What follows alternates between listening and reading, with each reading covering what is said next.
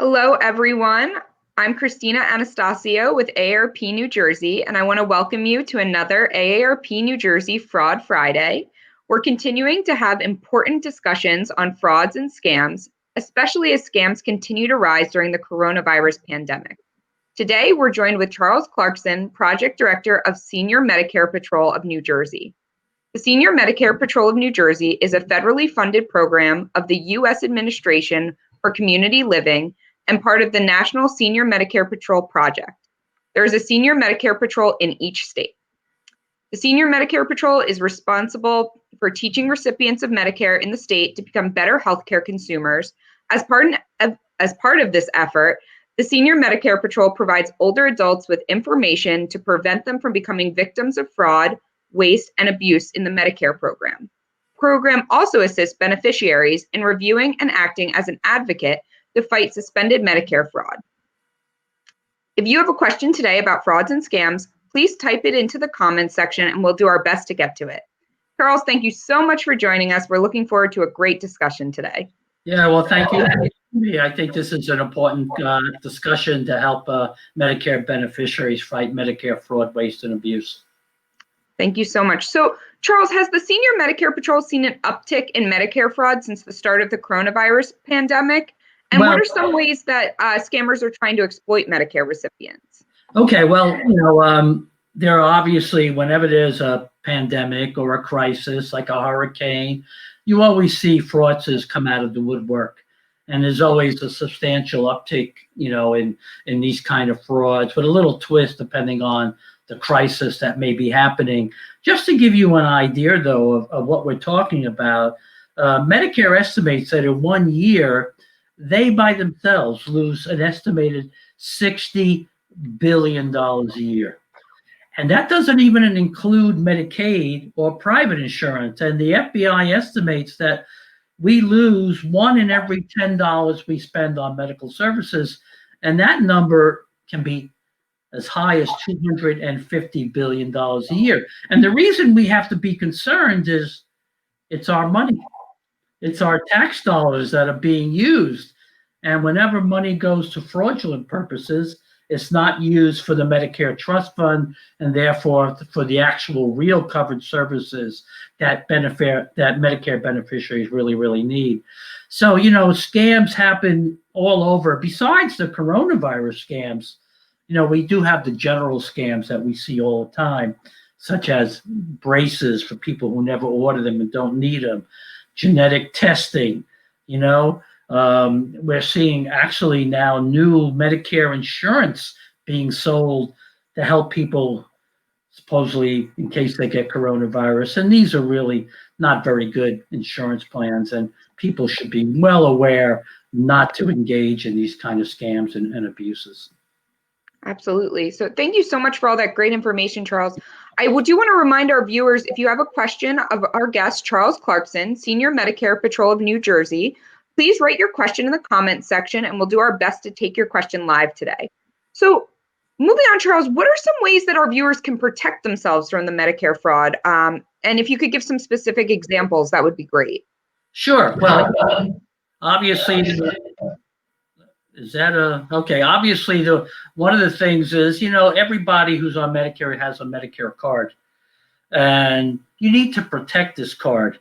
Don't give it out to anybody you don't trust 100%, because even though Medicare issued new Medicare cards, a year and a half to 2 years ago, without the Social Security number, that card is still valuable because if I have your card, I can go to a doctor, make believe I'm you, and get services in your name. And then when you need the services later, you may not be able to get them, or Medicare will say, hey, you already got this service. We're not paying for it. So that's one thing. Of course, don't carry your Medicare card with you. There's no need to. It's not an ID. Only take it with you when you're going to your doctor, when you're going to the hospital, because in most cases, there is no emergency. And even in an emergency, they will treat you. If you're stuck on the highway and you're unconscious and they call an ambulance, they're not going to search you to see if you have your Medicare card with you. So really leave the card at home. And of course, keep a record of your medical visits. Every time you go to the doctor, write it down.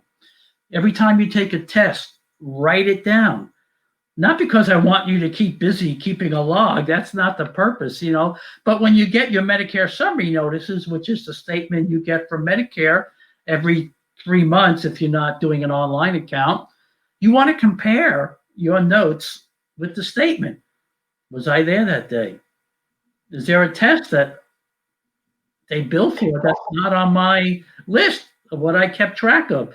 So all that stuff is very, very important. Of course, one of the most important things, read your Medicare summary notices carefully. If you don't, I will guarantee you that you will be cheated at one time or another. Not because it's always intentional fraud, but errors happen all the time. Miscoding, and other mistakes when you transcribe records from people and then you bill Medicare. So if you don't read the statement, they're going to get away with it. So those are just some of the, things that everybody can do to be an advocate or fight Medicare fraud, waste, and abuse. And I think that's very similar to what we say about credit card statements. Always read your credit card statements. Don't carry your social security card in your wallet. Some of those best practices that really should just be used across the board. So I think that makes so much sense. That's really great advice. So we know that protecting your personal information is the best defense, like we're saying. What are some ways that our viewers can spot suspicious activity and detect any Medicare fraud? Are there any specific scams happening in New Jersey right now that they should be looking for? Well, of course, with the coronavirus, we're seeing a lot of new scams, but I think it's just a twist. But now there's a coronavirus component to it. So, there are no test kits now. There are no cures. There are no treatments. So people are trying to sell these things either door to door or online. Don't fall for this. The only time you're going to get treated for the coronavirus if you're hospitalized, and the Centers for Disease Control, are not sending you emails offering to sell you a test kit or sending you a test kit. So you have to really, really be careful about those kind of things. And of course, a lot of people, they want to be charitable during a crisis. So they want to give to maybe a favorite charity or another charity that's dealing with the coronavirus. But there are a lot of fake charities out there. So please make sure you look up the charity first before you give it to that charity, unless you know them very, very well and you've given it to them before. And you can do this pretty easily. You can go to the Federal Trade Commission website, which is ftc.gov/charity, and look up the charity, because really, why waste your money and let the fraudsters, make more of it? So that's, those are, and then of course there's phishing, if you get an email that's supposedly from Medicare or Social Security or the Centers for Disease Control, trust me, they're not sending you emails. When federal programs try to get in touch with you, they put a letter in an envelope and they mail it to you. So, all these things are outright scams. And of course, telemarketing is, most scams that we see are based on, telemarketing. And word of advice: if you haven't gotten a message machine with a panel on it that tells you the number from where it's being called, get one.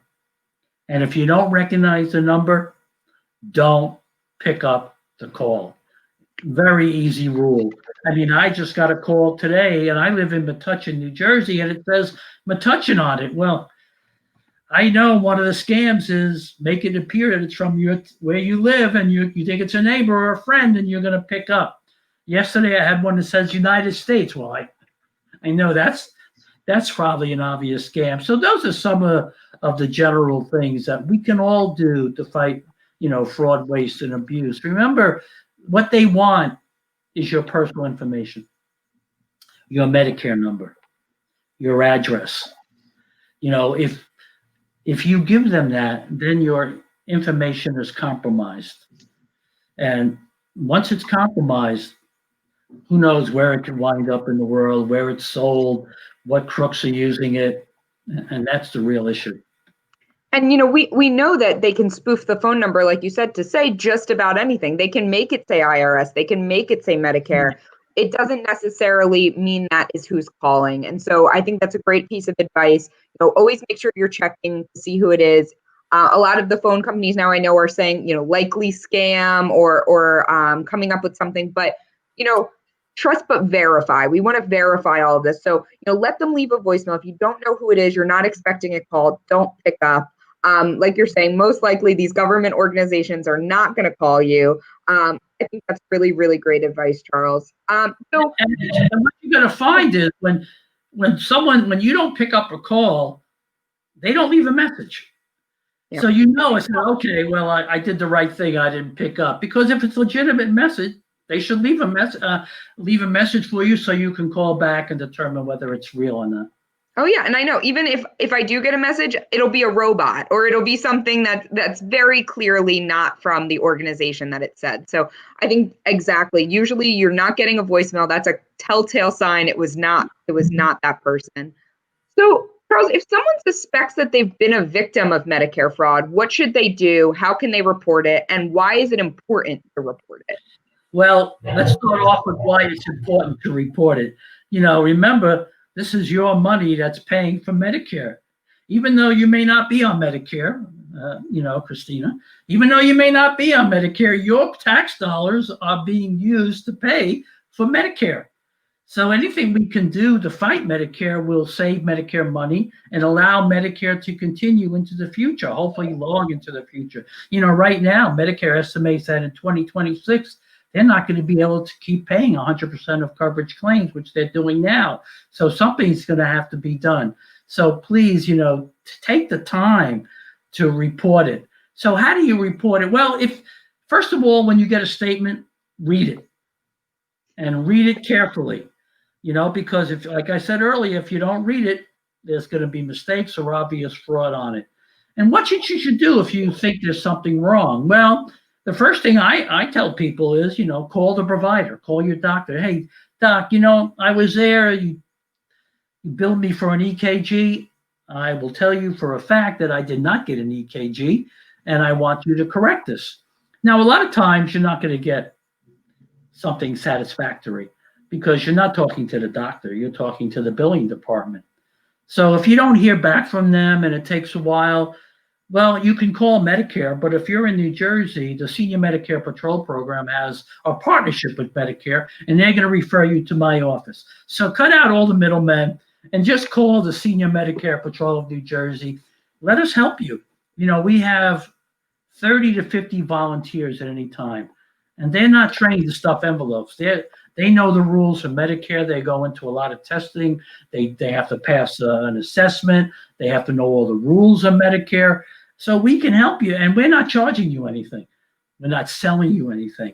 We're free. So take advantage of us. It really, really can be very, very helpful. And even if you're not sure, you're not, I don't know what this means. I don't understand the code. Call us. We will help you to make that determination. And we have that phone number listed right under us today. It's right there. So anyone that would like to call and help get some help with your Medicare services, work on anything that you think might be fraudulent, please call the Senior Medicare Patrol, Charles's team. I'm sure they will be immensely helpful through the process.